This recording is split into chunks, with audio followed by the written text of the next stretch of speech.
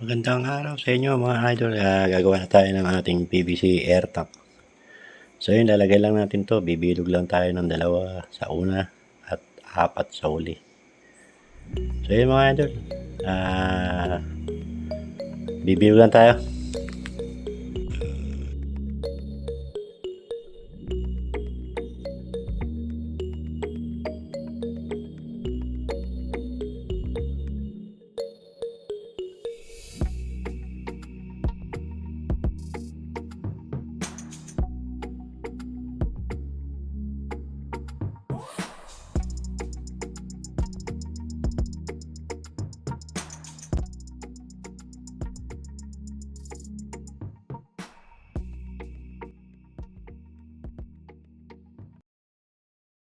Yun mga idol, nakagawa na tayo ng bilog.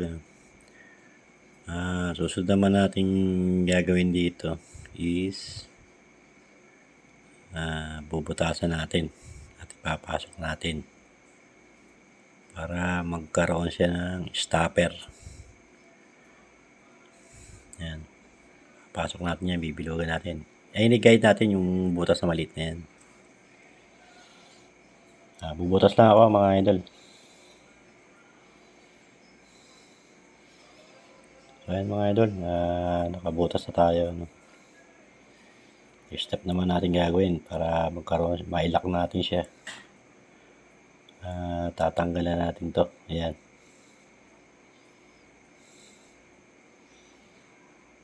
Ayan. Para maipasok natin doon sa may gatla. Hindi na natin tanggalin yung pinakaano niya, bewang. Kaya doon, nakagawa na rin ako niyan. Pasok natin.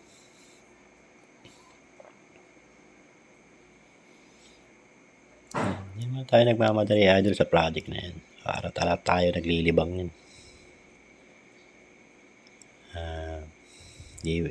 Libangan lang natin. Hindi naman siya minamadali.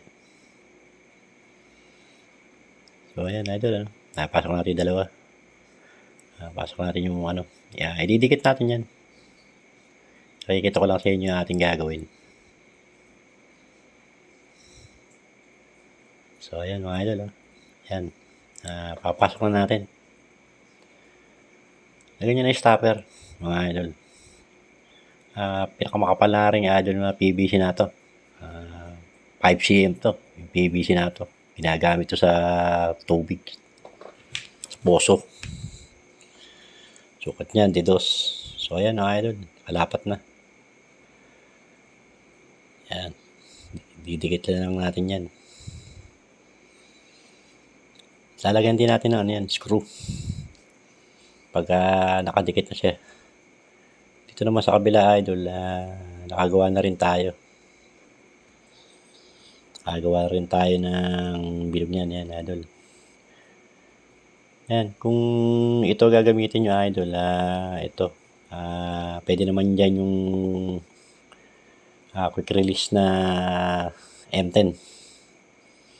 Kung yun lang yung gagamitin nyo mga idol, ganito. Yan. Lalagyan natin siya ng lock para maitago natin siya. Yan, lock. Tapos, maglalagay kayo idol dito sa ibabaw. Yung lalagay nyo ng tube 5 mo. Pinaka-tube nyo, yun ang isusunod natin doon. So, yan mga idol, ito lang yung tank. Pinakita lang natin sa inyo. Mga idol, hanggang dito lang idol. Salamat sa panunod.